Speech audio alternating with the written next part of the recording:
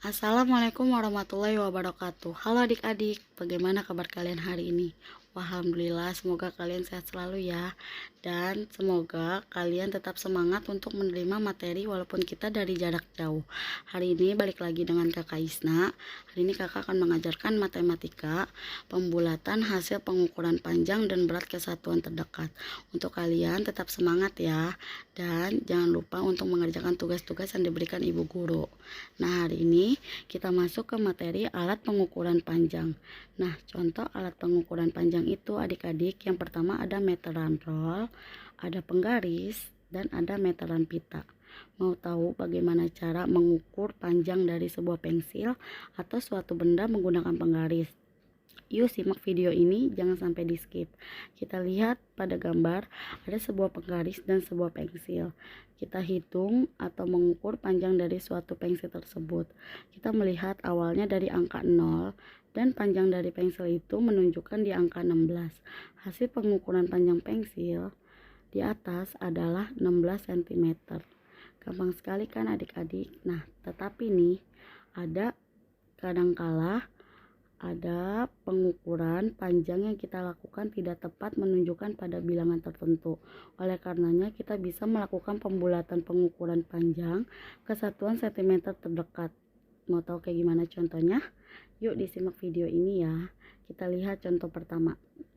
Sebuah penggaris dengan di atasnya ada pensil, dimulai dari angka 0 dan kita bisa lihat pada pensil tersebut menunjukkan di angka tengah-tengah 12 dan 13. Yuk kita fokus pada ke garis-garis setelah angka 12. Panjang pensil ini kira-kira 13 cm.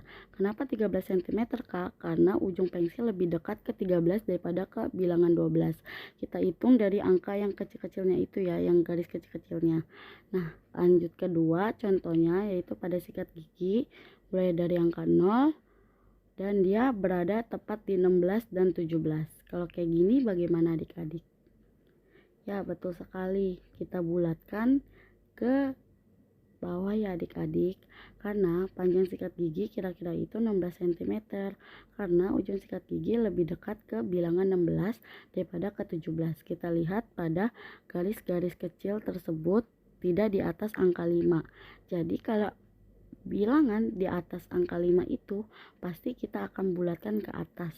Kalau tidak di bawah angka 5 itu pasti akan kita bulatkan ke bawah. Nah, penting nih adik-adik, dari beberapa contoh di atas dapat diambil kesimpulan untuk melakukan pembulatan panjang. Lihatlah bilangan yang ditunjuk dari ujung benda. Nah, kita bisa lihat jika belakang komanya 5, 6, 7, 8, 9 maka dibulatkan ke atas. Nah, jika angka di belakang koma 1, 2, 3, 4 maka dibulatkan ke bawah. Atau bisa berarti jika di atas garis-garis kecil itu di atas angka 5 kita bulatkan ke atas ya adik-adik. Nah, selanjutnya kita masuk ke pembulatan hasil pengukuran berat. Contohnya itu ada timbangan berat badan, timbangan buah, timbangan perhiasan, dan timbangan digital. Adik-adik, untuk mengetahui lebih lanjut kita melihat contoh berikut ini ya. Kakak mempunyai 3 buah apel. Kakak timbang. Siapa yang tahu berapakah kira-kira berat 3 buah apel tersebut? Ya, betul sekali. Kita lihat pada gambar ini menunjukkan di angka 900 dan mendekati angka 1 kilo. Jadi berat 3 apel kira-kira itu 1 kilo.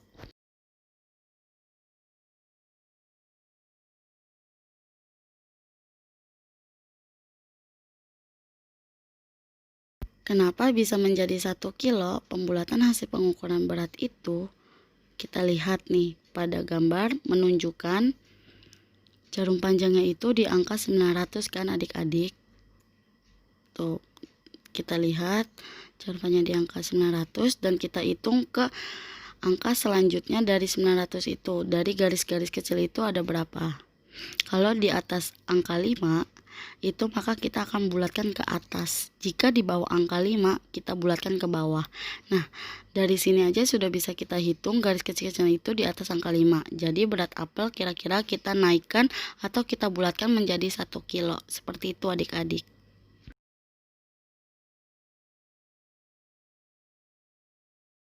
Nah, kita lihat soal kedua. Di sini ada sebuah jeruk dan ditimbang angkanya itu jarum panjangnya mendekati angka 3 dan angka 3,5.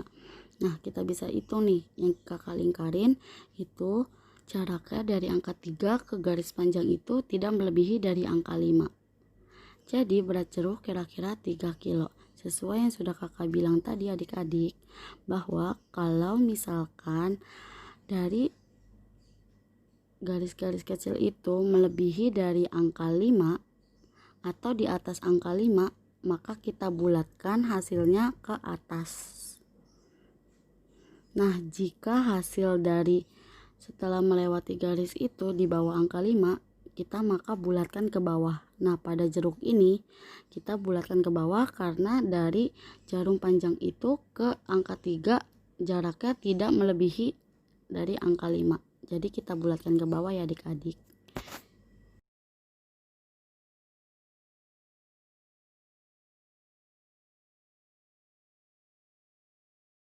Nah, adik-adik bisa lihat contoh soal berikut. Bulatkanlah hasil pengukuran panjang berikut ke satuan terdekat. Nah, kita lihat pada yang up, suatu benda dari 0, panjangnya itu panjang akhir di tengah-tengah dari angka 18 dan 19. Kita bisa melihat tuh di tengah-tengah.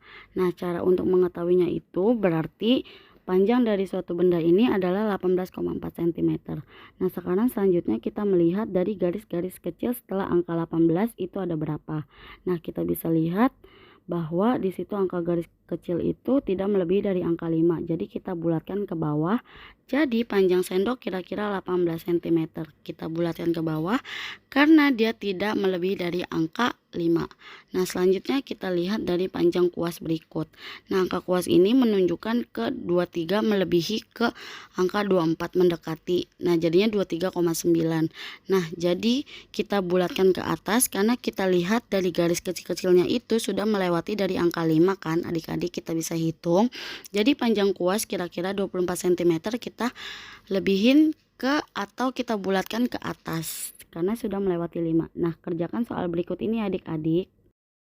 Sekian pembelajaran hari ini adik-adik, materinya sampai segitu saja. Semoga kalian dapat mengerjakan tugasnya dan mengerti materi yang sudah kakak sampaikan, dan semoga materi ini bermanfaat untuk kalian. Tetap semangat, kalian anak-anak yang hebat, dan kakak bangga